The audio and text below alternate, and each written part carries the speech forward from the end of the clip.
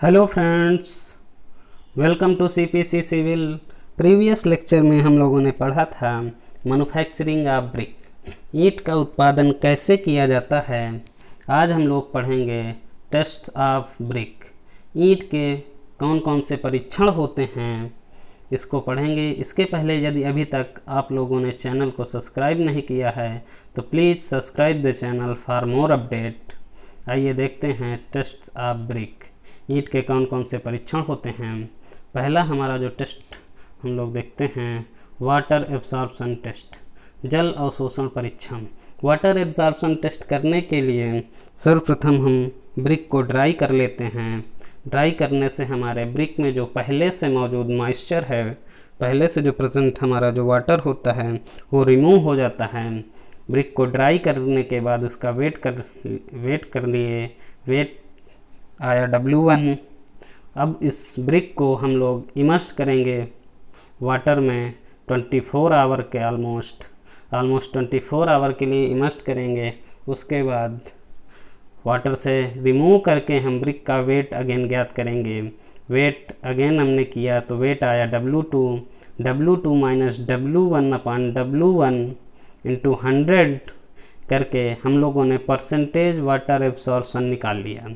Brick का जो percentage water absorption है वो हमारा 20% से ज़्यादा नहीं होना चाहिए फॉर फर्स्ट क्लास ब्रिक, अर्थात फर्स्ट श्रेणी की ईंटों के लिए जो हमारा वाटर एब्सॉर्प्शन है वो 20% से ज़्यादा नहीं होना चाहिए उसके ड्राई वेट का। और फॉर सेकेंड क्लास ब्रिक 22% से अधिक नहीं होना चाहिए। For third class brick not more than 25%। Next test हम लोग पढ़ते हैं कंप्रेसिव स्ट्रेंथ टेस्ट, संपीड़न सामर्थ्य परीक्षण। कंप्रेसिव स्ट्रेंथ ज्ञात करने के लिए सर्वप्रथम हम ब्रिक्स को लेते हैं, उनको सेचुरेट कर लेंगे। सेचुरेट करने के बाद हम ब्रिक्स के फ्राग में 1:3 का स्टैंडर्ड मोर्टार फिल कर देते हैं। जब हमारा मोर्टार हार्ड हो जाता है तो उसके बाद ब्रिक की जो कंप्रेसिव स्ट्रेंथ है कंप्रेसिव स्ट्रेंथ टेस्टिंग मशीन द्वारा ज्ञात कर लेते हैं। कंप्रेसिव स्ट्रेंथ टेस्टिंग मशीन में जो रेट ऑफ लोडिंग है, लोडिंग की दर है जो हमारी वो 140 kg पर सेंटीमीटर स्क्वायर पर मिनट होती है। आइए देखते हैं, ये देखते हैं फिगर से कि जब हम लोग कंप्रेसिव स्ट्रेंथ टेस्ट करते हैं तो सर्वप्रथम ये हमने 3 ब्रिक्स ली, इनको हमने सेचुरेट कर लिया। सेचुरेट करने के बाद इन पे 1:3 का मोर्टार इनके फ्राग में फिल कर दिया। जब ये हमारा मोर्टार हार्ड हो गया तो इसके बाद ब्रिक को हम कंप्रेसिव स्ट्रेंथ टेस्टिंग मशीन में रखकर इसकी कंप्रेसिव स्ट्रेंथ ज्ञात कर लिया। कंप्रेसिव स्ट्रेंथ ज्ञात करने के बाद जो हमारी कंप्रेसिव स्ट्रेंथ है, जो उसकी संपीड़न सामर्थ्य है, वो हमारी फॉर फर्स्ट क्लास ब्रिक के लिए जो हमारी ईंट की संपीड़न सामर्थ्य है वो 10.5 मेगापास्कल से कम नहीं होनी चाहिए। फॉर सेकेंड क्लास ब्रिक के लिए हमारी जो कंप्रेसिव स्ट्रेंथ है वो 7.5 मेगापास्कल से कम नहीं होनी चाहिए। फॉर थर्ड क्लास ब्रिक के लिए जो हमारी कंप्रेसिव स्ट्रेंथ है वो 3.5 मेगापास्कल से कम नहीं होनी चाहिए। For first class brick strength is not less than 10.5 megapascal अथवा 105 kg पर centimetre square. For second class brick जो ब्रिक की कंप्रेसिव स्ट्रेंथ है वो 7.5 मेगापास्कल अथवा 75 kg पर सेंटीमीटर स्क्वायर से कम नहीं होनी चाहिए।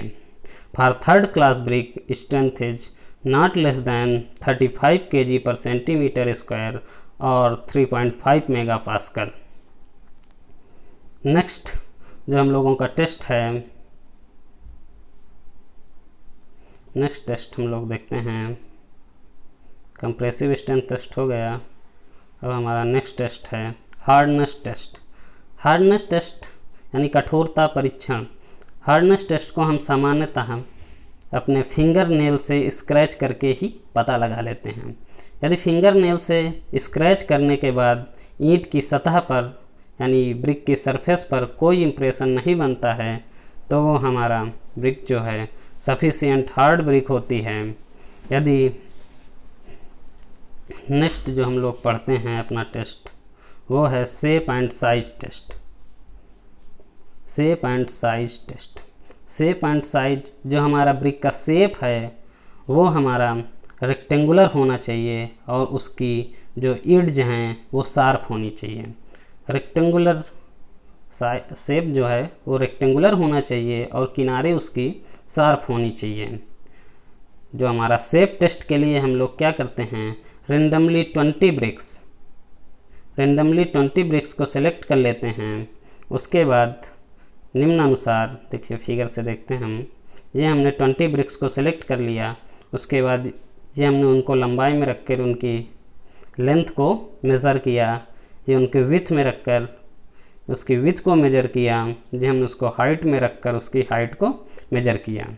ये मेजरमेंट करने के बाद जो हमारा मेज़रमेंट है उसकी जो लिमिट होनी चाहिए वो लिमिट हमारी जो है निम्न लिमिट के अनुसार होनी चाहिए। जो लेंथ है हमारी वो 368 से 392 सेंटीमीटर के मिडिल में ही होनी चाहिए। जो विड्थ है हमारी वो 174 से 186 सेंटीमीटर के मिडिल में होनी चाहिए। जो हाइट है हमारी वो भी 174 से 186 सेंटीमीटर के बीच में होनी चाहिए। जो एक ब्रिक के लिए जो टॉलरेंस लिमिट है वो हमारी 6 mm लेंथ में लंबाई में जो हमारी टॉलरेंस लिमिट होती है फॉर वन ब्रिक 6 mm और विड्थ में एक ब्रिक के लिए जो टॉलरेंस लिमिट है वो हमारी 3 mm होती है। नेक्स्ट टेस्ट हम लोग देखते हैं soluble salt, presence of soluble salt. उस ब्रिक में जो क्षारीय पदार्थ कितने उपस्थित हैं उनका पता लगाएंगे, क्योंकि यदि ये हमारे सॉल्युबल साल्ट प्रेजेंट होते हैं ब्रिक में तो ये हमारा इफ्लोरेसेंस क्रिएट करते हैं। इफ्लोरेसेंस आप लोगों ने देखा होगा, ब्रिक के ऊपर जो वाइट पैसेज बन जाते हैं, ये लोग आप फिगर से भी देख सकते हैं, ये जो वाइट पैसेज बने हैं ये हमारा इफ्लोरेसेंस कहलाता है। इफ्लोरेसेंस यानी उत्फुलन ये हमारा जो एल्कलीज और सॉल्युबल साल्ट्स के कारण ही ये हमारा इफ्लोरेसेंस की क्रिया होती है। इसे सॉल्युबल साल्ट्स का पता लगाने के लिए हम लोग ये देखिए फिगर के अनुसार ब्रिक को रख लेते हैं, वाटर में इमर्स करते हैं। जब वाटर में इमर्स रहता है 24 आवर तक, इसके बाद इसको बाहर निकाल के इसकी सरफेस का ऑब्जर्वेशन करते हैं। सरफेस के ऑब्जर्वेशन से हम देखते हैं कि इस पर वाइट पैचेस दिखाई देते हैं। यदि वाइट पैचेस नहीं हैं, हमारे सतह पर वाइट पैचेस नहीं हैं, तो वो हम लोग जान जाते हैं कि उस पर सॉल्युबल साल्ट्स जो हैं उनकी यानी क्षारीय पदार्थ जो हैं एल्कलीज नहीं हैं हमारी ब्रिक में। यदि हमारे जो सरफेस पर जो वाइट डिपॉजिट्स हैं, ये वाइट पैसेस हैं, यदि 10% तक सरफेस एरिया को कवर करते हैं तो वो हमारा स्लाइट इफ्लोरेसेंस कहलाता है। यदि 50% तक सरफेस को कवर करते हैं तो हमारा जो इफ्लोरेसेंस होगा वो मॉडरेट होगा। यदि 50% से ज़्यादा एरिया को, ये सरफेस एरिया को कवर करेंगे हमारे, तो ये हमारा हैवी इफ्लोरेसेंस कहलाएगा और ये कंडीशन हमारी सीरियस कंडीशन होगी। इस कंडीशन में हम ब्रिक को रिजेक्ट कर देंगे। ये हुए हमारे टेस्ट्स ऑफ ब्रिक। ईंट के परीक्षण थे, महत्वपूर्ण ईंट के परीक्षणों को हमने पढ़ा। Thanks for watching.